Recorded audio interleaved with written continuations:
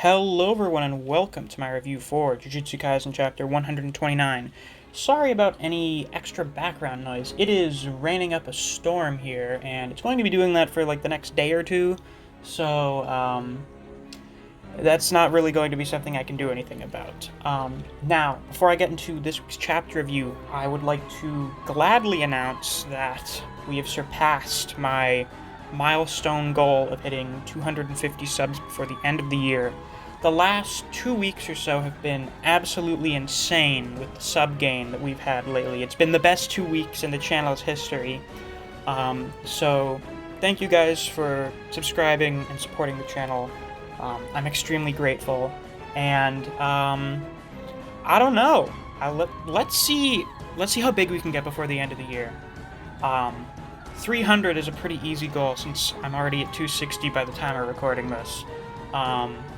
Let's see how close we can get to 500 in like the next month and a half. Alright? Alright. So, this week's chapter is another one of those showing off what Mahito can do chapters, where we get to see sort of the new stuff that he's been coming up with his techniques. And they're both sort of variations on existing techniques. So, for the first one, we finally got a new variation of soul multiplicity, this being polymorphic soul isomer. So, instead of creating a big explosion of transfigured human, instead, Mahito pretty much creates like this specialized combat transfigured human, where it's like this buff thing. It kind of reminds me of like Todo's physique. When I had originally seen the Raws for the chapter, I thought I was like, oh shit, did he like make a transfigured human to mimic Todo's physique? But apparently what it is he's essentially using the explosion of energy that comes from soul multiplicity, and instead of turning it into what's essentially a bomb, he creates this, I guess, specialized troop that directs that energy into attack power, because while Todo thinks it's only like a grade 2 or 3 in terms of strength, the thing punches him through like a building or two. So it's got a lot of physical power. However, Todo's able to put it down with just one punch. So there's sort of like a fast and loud thing, where it's a lot of power, but for a very short amount of time. And once that short amount of time is up, it's done, it's useless. So this is fascinating to see how much Mahito has been developing and refining his techniques. Now, the second big thing that Mahito does this chapter is a 0.2 second domain expansion, which he of course learned to do from Gojo, who was sort of just guessing on the fly how long he could use Unlimited Void for without frying the brains of all the humans in the Shibuya station. So Mahito says that he doesn't have sort of the power at the moment to specifically exclude Itadori from his domain expansion. And if Itadori is stuck in there because of the way self-embodiment of perfection works, he'll be connected to Sukuna. And Sukuna's not like a big fan of people touching his soul. As we saw in the fight that Yuji and Nanami had against Mahito way back in like chapter 31, 32? I don't remember exactly which chapter that happened in. I think it was chapter 30. So Mahito's idea here is, hey, hold on a second, what if I do my domain for just long enough that I can, I guess, kill Todo and not get killed by Sukuna? It's so fast that Sukuna won't even notice it. Now, the science on this here, the math, is a little sketchy, because Sukuna is pretty fast, to say the very least. So Sukuna may just be like, did you really think I wouldn't notice that, bitch? And then just slices him into a bunch of pieces. Or something else could happen. Who knows? It's not great news for Todo, because Yuji, as we know, is basically immune to idle transfiguration. Todo is not. And for basically the entire time that Todo has been in this fight, Mahito's been trying to get rid of him because of how obnoxious Boogie Woogie is. Makes fighting just way more difficult. It's so disorienting. Strategizing basically becomes impossible because of how unpredictable it is. So he's definitely going to be going after Todo. It's going to be a question of whether or not Todo is able to defend himself from the domain expansion. If his necklace does something we don't know yet, or maybe he knows Simple Domain, maybe, I don't know. Or maybe Sukuna attacks Mahito before he can kill or disfigure Todo. We'll have to see.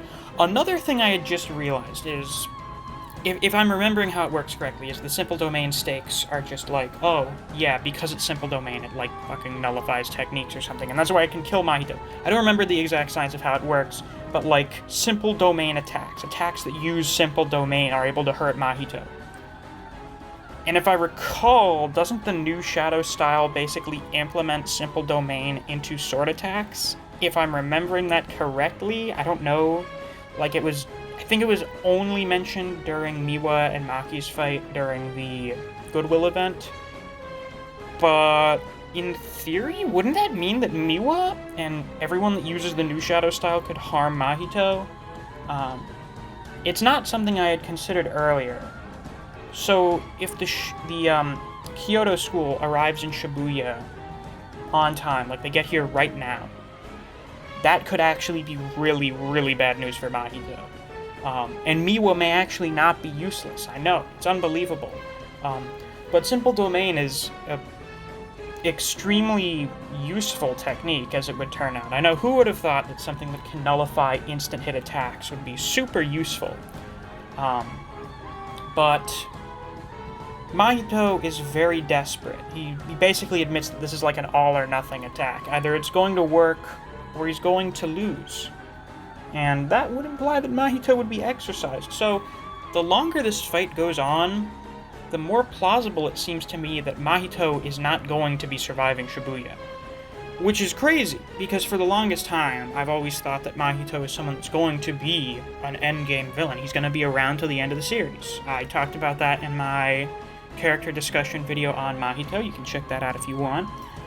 It should be in my JJK character discussion playlist. But Mahito, like, in terms of, like, his role in the narrative and his relationship to Yuji in the story, he seemed like someone that would be around for a while. But Mahito's role could be different from what I had thought it was.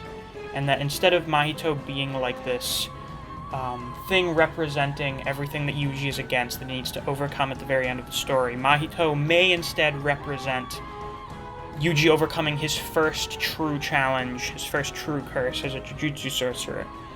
And that could happen.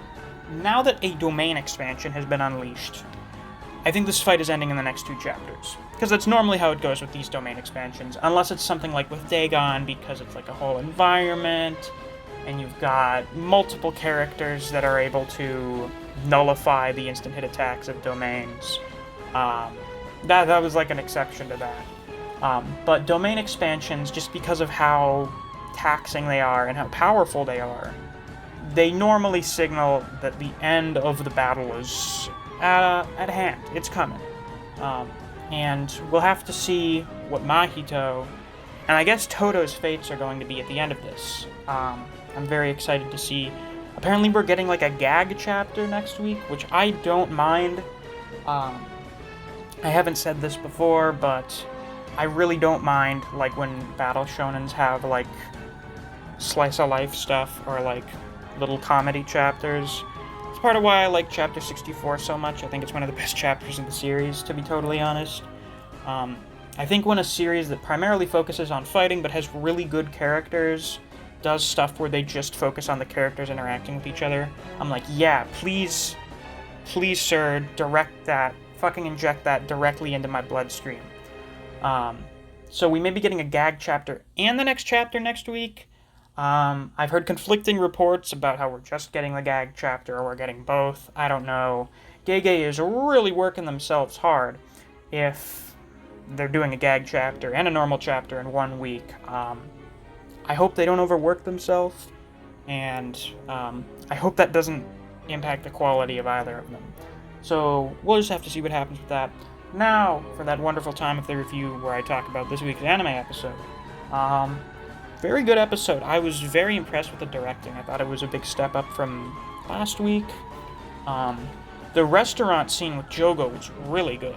Like, they made that shit straight up horrifying. Like, when I originally read it in the manga, I was thinking, oh, wow, this is, like, pretty messed up, Jogo, how you basically fucking incinerated this entire restaurant full of innocent people.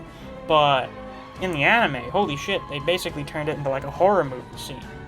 Which is good, because Jujutsu does have a lot of horror aspects to it, so seeing it really played up in the anime is something I like to see.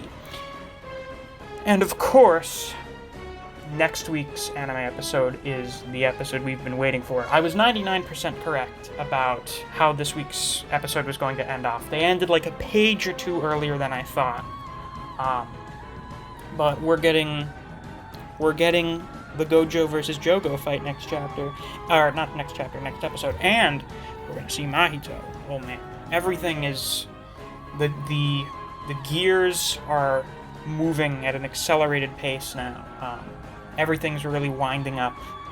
And we're starting to get into the real good shit. Prior to Gojo vs. Jogo, Jujutsu Kaisen is pretty good. Like, it's a good series. But after that fight, and we get introduced to Nanami and Mahito, it goes from being pretty good to being really good. So I'm very excited for that. We've already had some leaks come out. I'm very pleased, to say the least. They've somehow made Gojo even hotter than he already is. Can you believe that? I didn't think such a thing was possible, but they did it. The mad lads at MAPPA actually did it. So, hats off to them. I'm expecting trending on Twitter, big explosion in popularity when we see some crazy bullshit. Because domain expansions are one of those unique aspects of the power system in Jujutsu Kaisen.